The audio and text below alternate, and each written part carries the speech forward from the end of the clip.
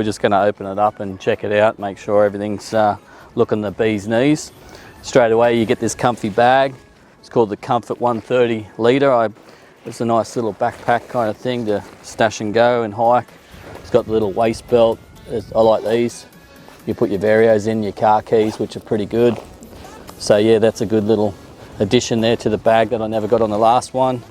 And it's a nice little kind of backpack bag. So it's really good. Industrial zippers and lots of clips. Alrighty, so yeah, so we're going to open it up, and I think inside we've got the 50-50.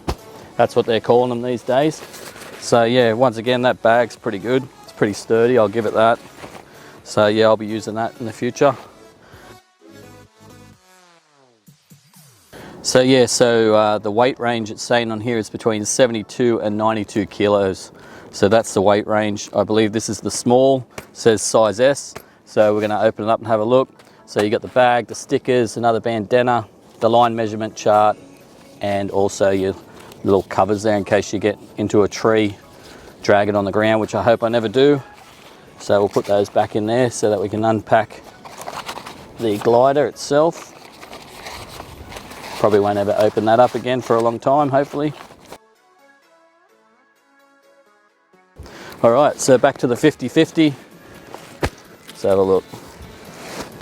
Open up, nice and smooth.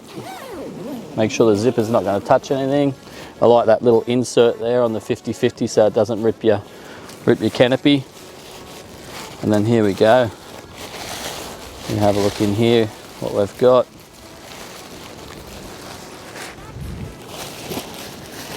Get it straight out of the bag.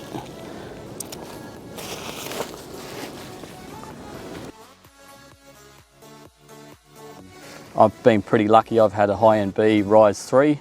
I've also had a few other high-end Bs, so this has been my 4th high-end B wing, and most of the flying I do is on the coast. So we'll have a look at this.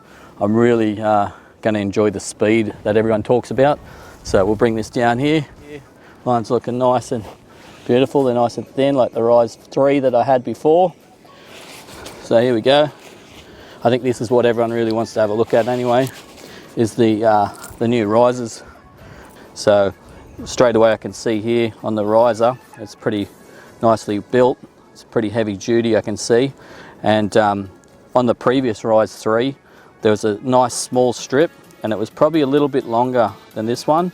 And this one's actually a bit better. So this is for your rear riser gripping here. So you got your hand through there, and then you just put your hand in there and rest in there and just pull down or push out.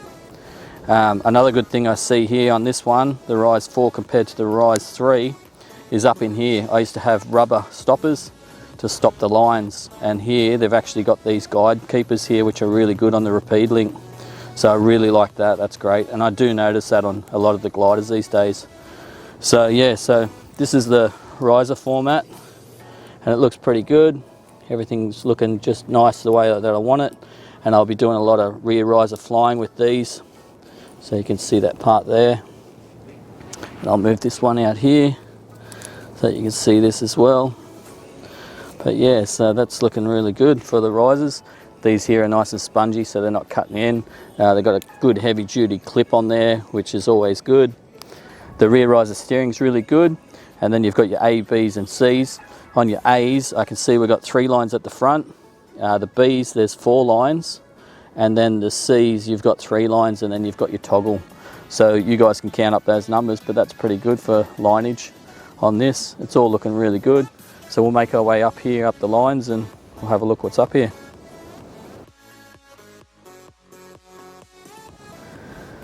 Okay, so what we've got on the side here is Stabila winglets here, and these are the type here. It was on the Rise 3 as well.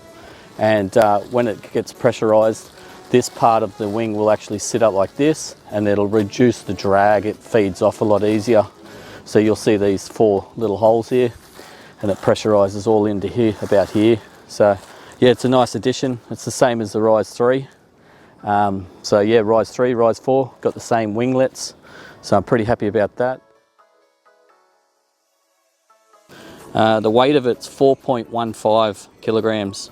And we're looking at the area projection is 20.27. So that's pretty cool. What else we got? Number of risers 3 that we know about. Trimmer is 17 centimeters. So yeah, so that's what they're saying in here. This is the small version. So just here I can already see that the shark nose here is a lot thinner than the previous one. So you can see the size here on the front of it. Looks beautiful. You have got your cells, but then further up as we come up into the center, they've put these little additions in here, so it's like a mini cell. So yeah, it'd be interesting to see the changes that this does. And also I've noticed that they feel a lot thinner. I'm not quite sure if they are thinner. And once again, if you look inside here, the computer technology these days is just amazing.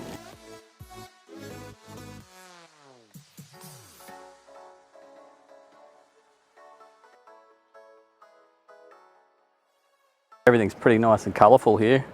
It sticks out very well. Tells me exactly where I want to be holding, everything like that. So we're just going to give it a little test. The winds aren't optimal, but you know, we'll get it up there and have a look.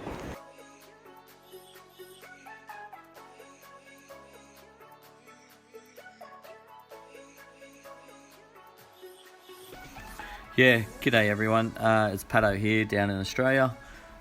Just wanted to say a few extra things that I didn't put into that video. Pretty much, if you don't know me, I've been flying on the east coast of Australia in Newcastle for about close to 8 years now. I started, end of December, January 2012, January 2013 I started flying.